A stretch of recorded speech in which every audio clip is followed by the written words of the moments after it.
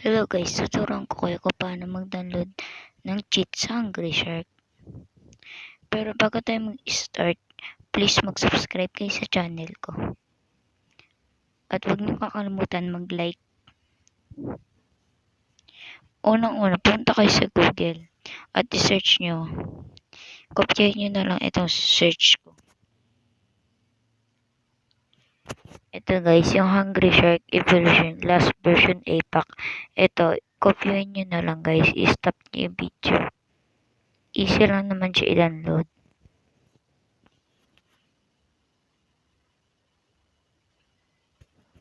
Tapos ang pipiliin nyo guys, itong sa gitna guys. Itong Hungry Shark for Android APAC download. Ito. Yan guys. Yun nasa baba ng blue. Tapos wait lang guys, naglo-loading. Huwag po kayo pupunta sa Chrome. Sa Google kayo pumunta. At ito, nakasulat, start download. Pipindutin natin itong download.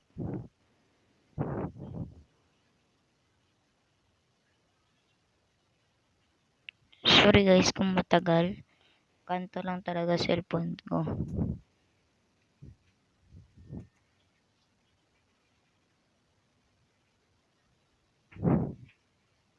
Mukhang hindi yata to guys. Pero kung hindi gumana naman, lumipat kayo sa may ibang. So hindi iyon. Ito yata. Itong download Hungry Shark Evolution Mode Coins Gem 8.304. Ayan guys. Pinindot ko na. Ay ito nga yun guys. Ayan. Scroll nyo lang pababa. Tapos may makikita kayong download Hungry Shark Evolution Mode Coins Gem 8.30. APAC. Ito po. Pero ang ano niya po, MB 100.7. Pipindutin nyo lang po to. Itong download button. Yung download Hungry Shark Evolution Mode.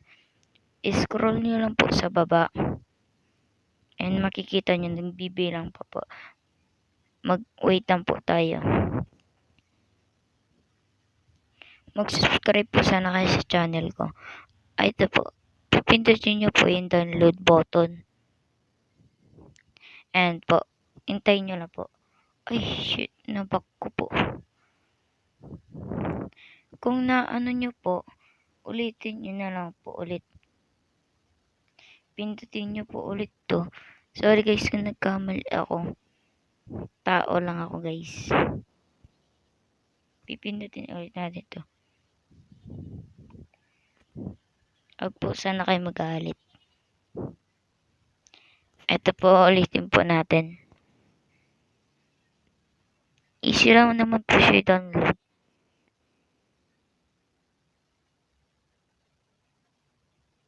Ayan po, nag-started na po siya. Ay, ito po, download button niya po. Ayan na po, maghintay na lang po tayo ng konting seconds. Ayan na po, may tumunog na po. So, ibaback natin siya. At pupunta tayo sa files natin.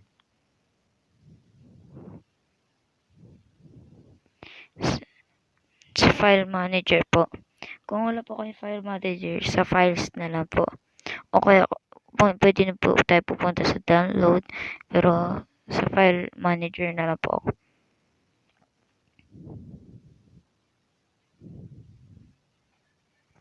Tapos, pupunta pa kayo sa download. And nakikita niyo po Hungry Shark Mode 8.30.1com APAC. Ayan po. Ito po, i-install niyo po to. Ito po, nakikita niyo po yung blue na yan na umaano. Yan po yung i-install niyo. Tapos, pagkatapos niyo po i-install, ayun na po.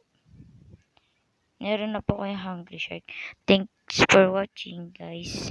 Subscribe to my channel. Thank you.